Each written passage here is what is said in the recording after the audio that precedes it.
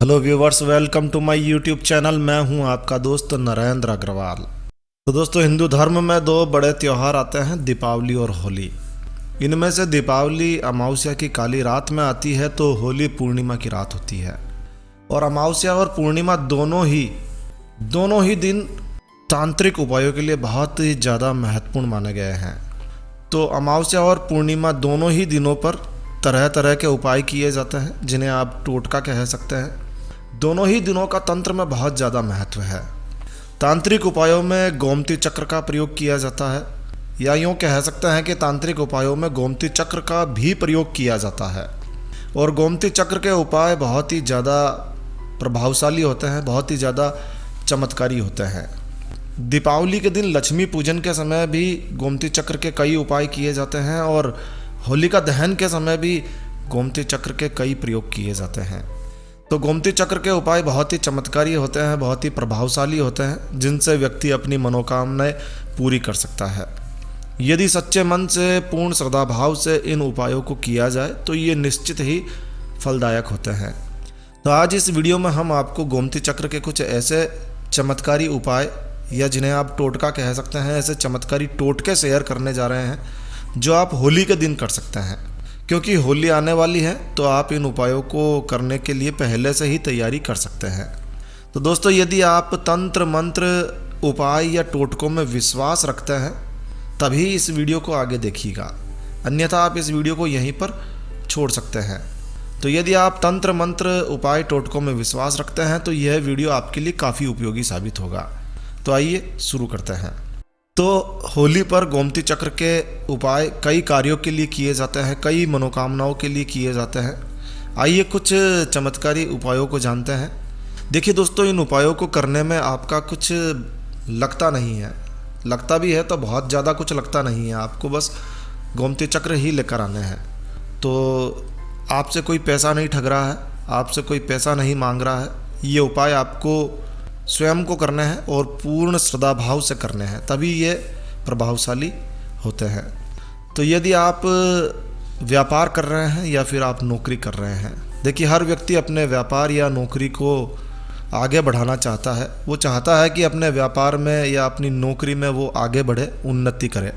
तो यदि आप अपने व्यापार में दिन दुगनी रात चौगुनी प्रगति चाहते हैं, आपका व्यापार कहीं ठीक से नहीं चल रहा है, अटक गया है, रुक गया है और आप इसे फिर से दौड़ाना चाहते हैं, या आप अपनी नौकरी में परेशान हैं, उन्नति नहीं हो पा रही है, तो होली के दिन आप एक उपाय कीजिए।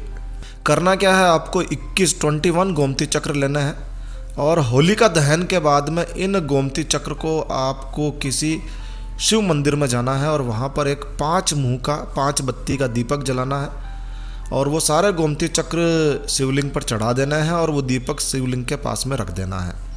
फिर हाथ जोड़कर अपनी मनोकामना रखनी है कि आपका व्यापार यदि नहीं चल रहा है तो व्यापार आगे बढ़े, या फिर नौकरी में आपको उन्नति मिले। ये बहुत ही चमत्कारी उपाय है, बहुत ही प्राचीन उपाय है, और यदि आप पूर्ण सच्चे भाव से इस उपाय को करते हैं तो निश्चित रूप से आपको इस उपाय का फल प्राप्त होने वाला है।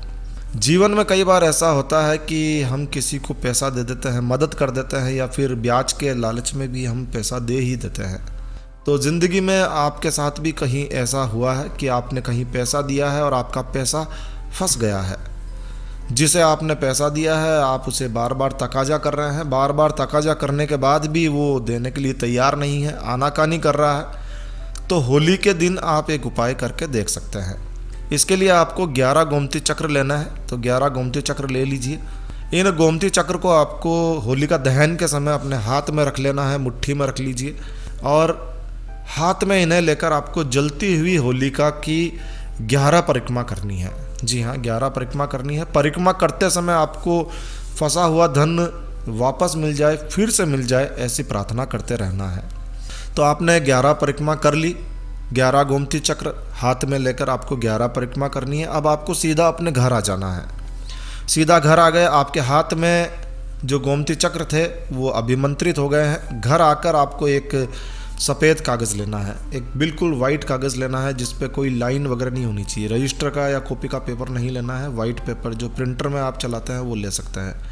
तो घर आकर आपको एक सफ़ेद कागज़ लेना है उस सफ़ेद कागज़ पर आपको लाल चंदन से उस व्यक्ति का नाम लिखना है। लाल चंदन लेना है और आप लाल चंदन से उस व्यक्ति का नाम आपको कागज़ पर लिख देना है। जो व्यक्ति आपको पैसे देने में आनाकानी कर रहा है, आपको उसका नाम लिखना है। तो आपको सफ़ेद कागज़ पर लाल चंदन से उस व्यक्ति का नाम लिख देना है। अब उस सफ़ेद कागज़ में जिसमें आपने उसका नाम लिखा है, आपको वो 11 के 11 गोमती चक्र रख देना है।